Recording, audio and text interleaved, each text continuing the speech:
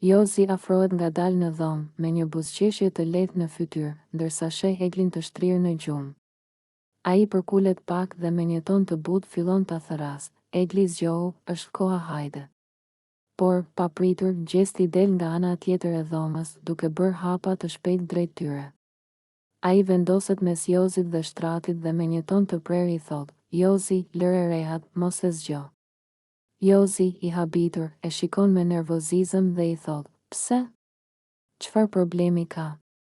Thjesht po e zgjoja, nuk po bëja gjë të keqe." Por gjesti nuk tërhiqet. Ai qëndron para tij si një mur dhe me një ton akoma më të fortë ja kthen: "Jozi, ik. S'ka pse të jesh ti ai që e zgjon. Lëre të qetë. Nuk është puna jote." Atmosfera tensionohet për disa sekonda. Jozi e sheh me dyshim dhe pastaj lëviz pak mbrapa. "Po ç'është kjo sjellje, gjesti? Pse sillesh sikur e kontrollon ti kush flet me kë?" Gjesti s'përgjigjet më. Vetëm e shikon me një vështrim të ftohtë dhe i bën me dorë të largohet. "Thjesht ik." Jozi, ndonse i mërzitur, nuk bën më rezistencë. Ai kthen shpinën me një murmurim të pakënaqur dhe largohet nga dhoma, ndërsa gjesti mbetet pranë Eglit, duke e parë atë me një vështrim të kujdesshëm, si për ta ruajtur gjumin e saj nga gjithçka që mund ta shqetësonte.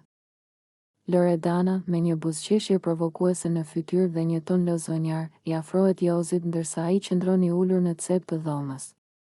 Me zë të lartë, që të gjithë ta dëgjojnë, i thot me ironi: "Hajde, Jozi, mos u bëj i ftohtë eja të përqafoj, se e di që po më mungon." Ajo i hap krahët sikur ta ftoj për një përqafim të ngrohtë, por nga syt i lexohet qartë që është thjesht një lojë, një mënyrë për ta provokuar dhe për ta vënë në siklet përpara të tjerëve. Jozi e shikon me një buzëqeshje të lehtë, por të ftohtë, dhe ngrihet me ngadalë. "Loredana," i thot ai me një ton të prerë, "mos u lodh kot. Unë nuk kam asnjë interes tek ty, e di shumë mirë që ti po e bën për lojë, për show, por unë nuk jam pjesë e kësaj skeme tëndes." Ai bën një hap pas, duke shmangur përqafimin dhe vazhdon: "Nëse mendon se mund të më provokosh ose të më bësh xheloz, je në rrugë të gabuar. Nuk më intereson çfarë bën, me kë rri apo çfarë thua. Mua nuk më bën më as përshtypje." Loredana sforcohet të mbaj buzëqeshjen, por në sy i duket një nuancë bezdie. Ajo nuk e kishte pritur këtë reagim nga Jozi. Në vend që ai të reagonte, ai ja kthen ftohtësinë me indiferencë, dhe kjo e lëndon më shumë se sa një fjalë e rënë. "S'ka problem," i thot ajo, duke hequr dorën e shtrirë dhe duke u kthyer mbrapsht, "nuk do të lutem unë për një përqafim. Ka plot të tjerë që do ta donin." Por të gjithë e kuptojnë se pas atyre fjalëve, ajo ndoshta kishte pritur një reagim ndryshe nga Jozi, një afrim, një shenjë se ende kishte ndikim mbi të. Ndërsa Jozi, i vendosur, vazhdon rrugën e tij, duke treguar se për të, loja e Loredanës nuk ka më asnjë efekt. Jozi, me një shikim të ftohtë dhe të vendosur në fytyrë, qëndron përballë Loredanës, e cila po përpiqet të afrojë me një ton të butë dhe një buzëqeshje të sforcuar. Ajo i afrohet ngadalë dhe i thot: "Jozi, pse po sillesh kështu? Po përpiqem të flas me ty, të shoh në sy, por ti më largohesh." Por Jozi nuk tundet. Ai e shikon për pak sekonda, pastaj hedh syt anash sikur po kërkon një dalje. Me një ton të qetë, por të prerë, i thot: "Loredana, mjaft. Nuk kam më durim për këto lojra. Nuk jam këtu për të bërë pjesë e skenave që ti sajon çdo ditë. S'mund të më afrohesh vetëm kur të intereson ty dhe pastaj të sillesh sikur s'ka ndodhur asgjë." Loredana mbetet për një moment pa fjalë, si e shtangur. Ajo përpiqet të ruajë qetësinë, por në sytë e saj duket qartë që nuk e ka pritur këtë reagim kaq të ftohtë. "Thjesht doja të flisnim si njerëz," mërmërit ajo, por Jozi e ndërpret: "S'ka më për të folur. Më mirë të më lësh vetëm. Ti mund të bësh ç'të duash, por unë nuk kam më interes për asgjë që vjen nga ty." Ai kthen shpinën pa e parë më dhe largohet me hapa të ngadalë, por të sigurt. Loredana e ndjek me sy ndërsa ai futet brenda në dhomë dhe mbyll derën pas vetes pa thënë asnjë fjalë tjetër. Ajo mbetet vetëm në korridor, duke e kuptuar se Jozi nuk e pëlqen më dhe se ai ka vendosur ta lërë mënjan çdo afrim nga ajo. E gjithë skena është një goditje për Loredanën, e cila tani duket se po kupton se loja ka marrë fund dhe se Jozi nuk është më i gatshëm të luajë me ndjenjat e saj. Jozi, i nervozuar dhe me ton zëri të ngritur, i afrohet Eglit në oborin e shtëpisë ku atmosfera është bërë e tensionuar. Ai e shikon drejtë në sy dhe i thot: "Egli, ti nuk ke as pak respekt për prindërit e tu. Sjellja jote është e papërgjegjshme dhe e turpshme. Të kam parë disa herë duke bërë të njëjtin gabim dhe sërish vazhdon sikur asgjë s'ka ndodhur." Egli ngrim për një moment, e befasuar nga mënyra e drejtë për drejtë dhe e ashpër e Jozit. Ajo i ngre vetullat dhe i kthehet me ton të lartë: "Mos guxo të përmendësh prindërit e mi. Ti nuk e di asgjë nga ajo që kam kaluar unë. Mos më gjyko si të isha ndonjë njeri i pashpirt." Por Jozi nuk tërhiqet. Ai tund kokën dhe vijon: "Unë e di shumë mirë se çfarë po ndodh. Ti po i shgënjen njerëzit që të duan. Dhe më vjen keq ta them, por je duke përsëritur të njëjtat gabime që ke bërë më parë. A nuk mjaftuan herët e tjera që të mësosh diçka?" Egli, e prekur thellë dhe e zemëruar deri në palc, fillon të lëviz me nervozizëm, ndërsa syt i mbushen me lodh. "Mjaft. Nuk kam nevojë për moral nga ti, Jozi. Ti nuk e di as çfarë ndjeja as çfarë kaloj çdo ditë këtu. Mos më bëj më të ndihem si një njeri i pavlerë." Debati vazhdon edhe për disa minuta me tension të lartë, ku të dy nuk përmbahen dhe shpërthejnë me fjalë të forta. Atmosfera përreth tyre ngarkohet, ndërsa banorët e tjerë fillojnë të vëzhgojnë me shqetësim situatën që po përshkallëzohet.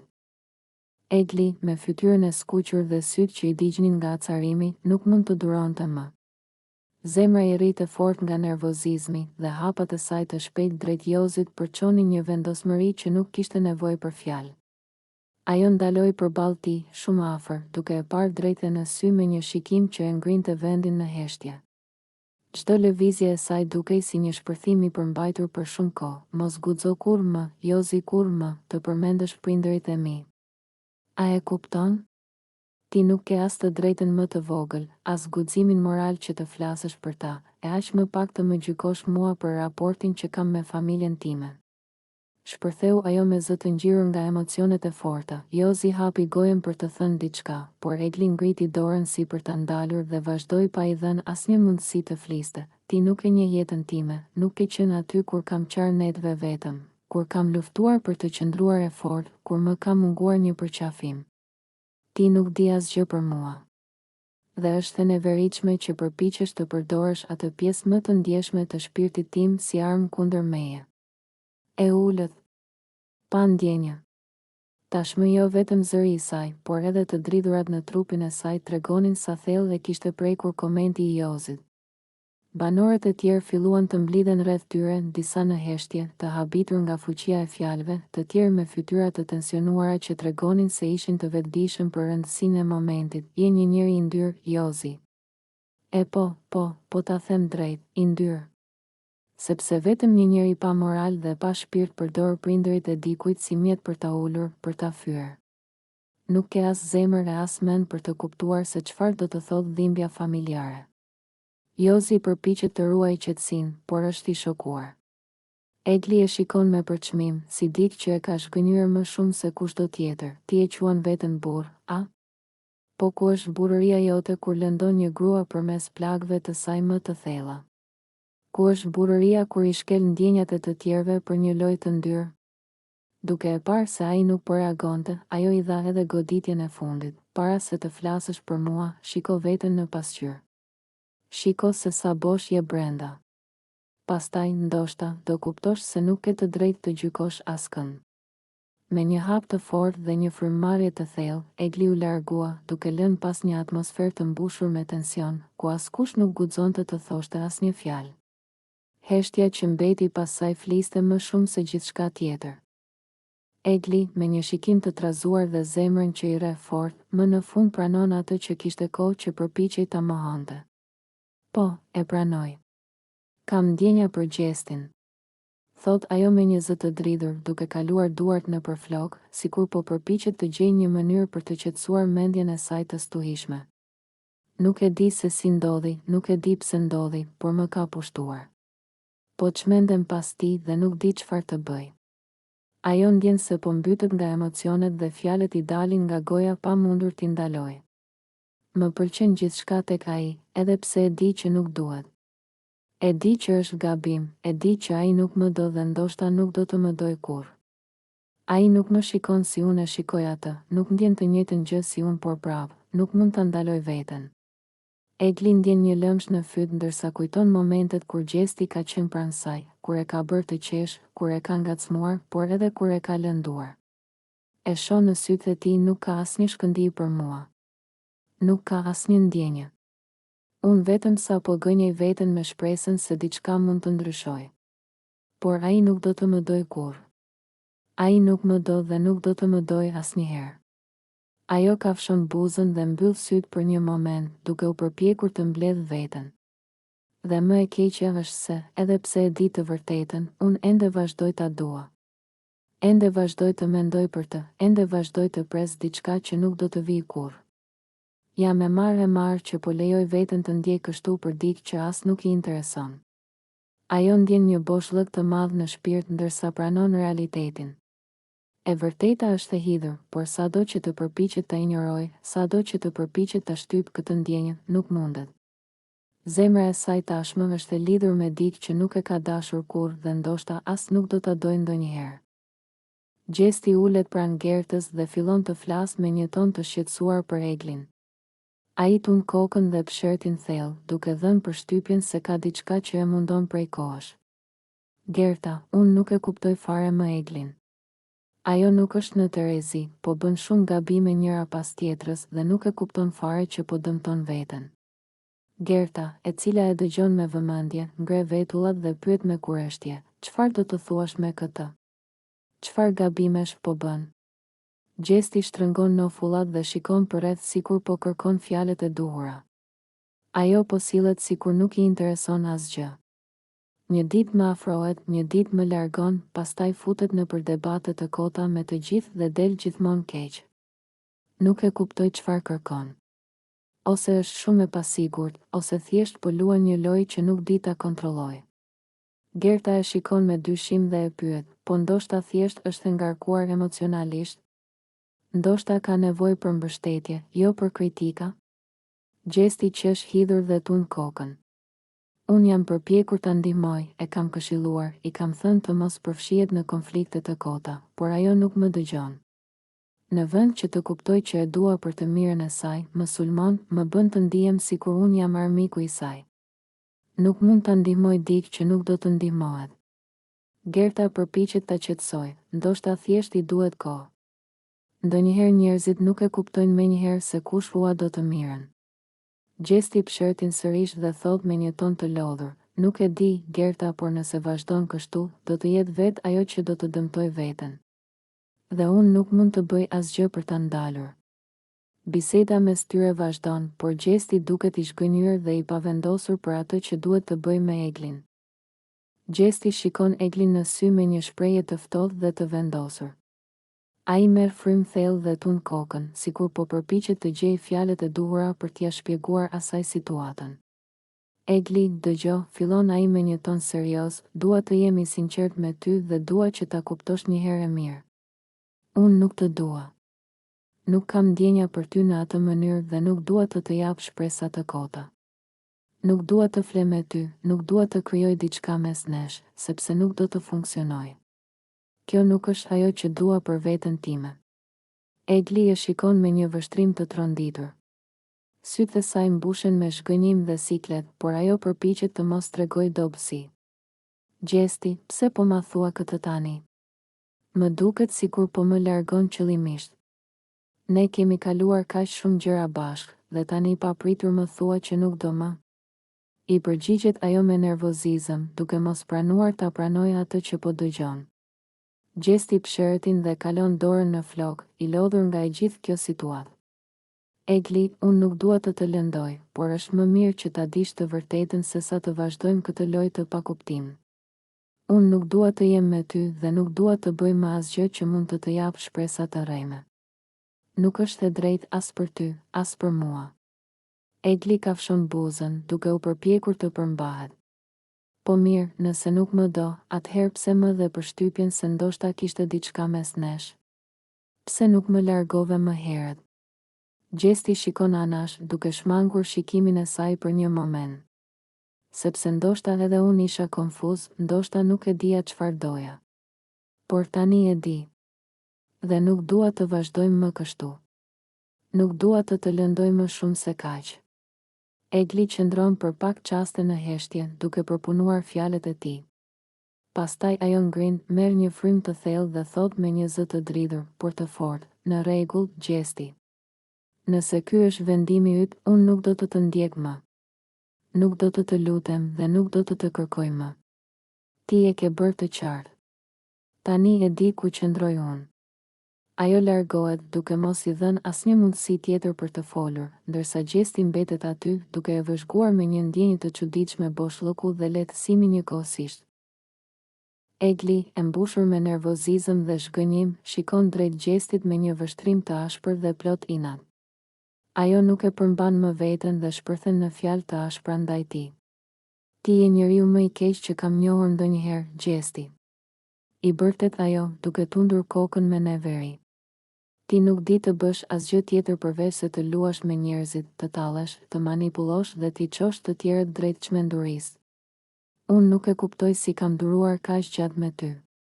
Gjesti e shikon me një buzëqeshje ironike, por Egli nuk e ka as pak me të qeshur. Ajo është e lodhur, e raskapitur nga lojrat e tij dhe nga mënyra se si ai e trajton. "Unë nuk jam kukulla jote, nuk jam dikush me të cilin mund të tallesh sa herë të doj qefi yt. Ti e di shumë mirë si të luash me ndjenjat e të tjerëve dhe pastaj të sillesh sikur nuk ke bërë asgjë. Por më beso, Gjesti, unë nuk do ta lejoj më këtë."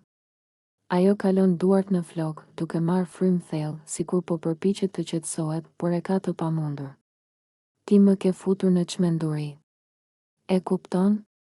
Ti më ke bërë të dyshoj në veten time, më ke bërë të ndihem sikur unë jam problematika, kur në fakt je ti ai që nuk di të sillet si njeri i pjekur.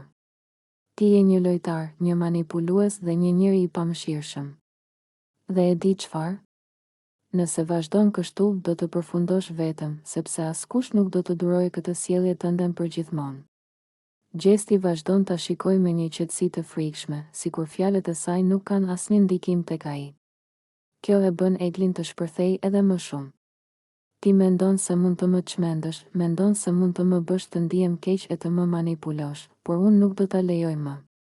Ti nuk je askush i për mua. Nuk ke më asnjë vlerë në sytë e mi. Dhe tani, më lër rehat, sepse nuk dua të kem më asnjë lidhje me ty."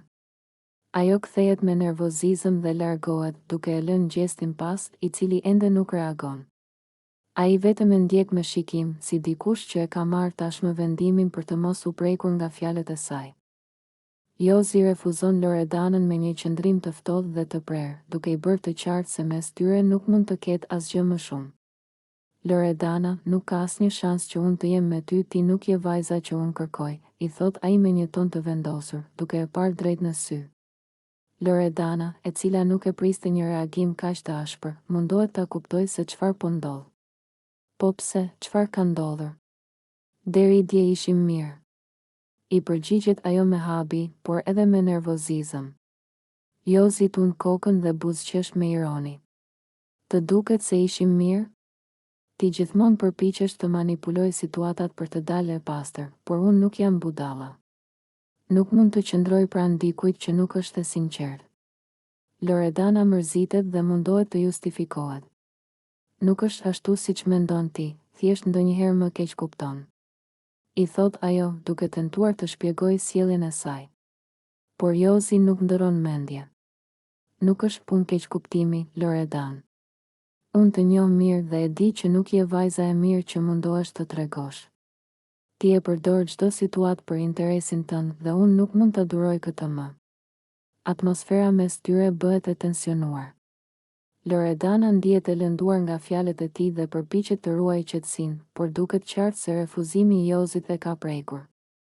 "Në rregull, nëse kështu mendon, nuk kam çfarë të them më", përgjigjet ajo me një ton të akullt, duke u larguar me nerva. Ndërsa ajo largohet, Jozi merr një frymëmarrje të thellë dhe mërmërit për vete, "Më mirë vetëm se me dikë që luan lojra." Gjesti, i ulur në një qoshe të heshtur, fillon të mendoj me zë të ullët, duke folur me veten e tij. Ai ndjen një ngarkesë të madhe emocionale që nuk po e lë rehat. Pse ndodh kjo me mua? Pse sa herë që e shikoj Eglin, ndjej diçka të fortë brenda vetes? E dua apo thjesht më pëlqen të luaj me të? Pyet ai veten, duke kaluar gishtërinjtë në flokët e tij me nervozizëm. Ai merr një frymëmarrje të thellë dhe shikon përreth, duke u siguruar që askush nuk po e dëgjon. E vërteta është se kam ndjenja për të. Po, e pranoj. Por diçka më ndalon. Nuk e di çfarë është, por diçka më bllokon, më pengon të shkoj deri në fund me të. Mbase frika? Mbase krenaria ime e mallkuar? Vazhdon ai, duke përplasur duart me nervozizëm në gjunjë. Ai kujton të gjitha momentet që ka kaluar me Eglin, buzëqeshjet, debatet, lojrat, momentet e tensionit dhe ato të afërsisë. Ai kujton mënyrën se si ajo e shikon ndonjëherë, si të donte të depërtonte në shpirtin e tij, dhe kjo e frikson. Ajo më shen ndryshe nga të tjerët. Ajo ndjen diçka për mua, e di këtë. Por unë? A mund të jemi sinqert me të dhe me veten time? Pasi qëndron për pak kohë në heshtje, ai lëshon një pshërtim të thellë dhe tund kokën. Jo, nuk mund të lidhem me të. Apo ndoshta mundem. Por çfarë nëse pastaj gjithçka shkatërohet? Çfarë nëse ajo nuk është ajo që unë mendoj? Gjesti shikon larg, sikur po përpiqet të gjejë një përgjigje në ajër, por asgjë nuk duket e qartë. Ai e kupton që pavarësisht të gjithave, Egli nuk është një vajzë e zakonshme për të. Ajo ka arritur të ndikojë në ndjenjat e tij më shumë se sa ai është gati ta pranojë. Me një buzëqeshje të hidhur, ai përshpërit, nuk e di çfarë po ndodh me mua, por diçka është e sigurt. Egli nuk më është e huaj. Dhe kjo më tremb më shumë se çdo gjë tjetër.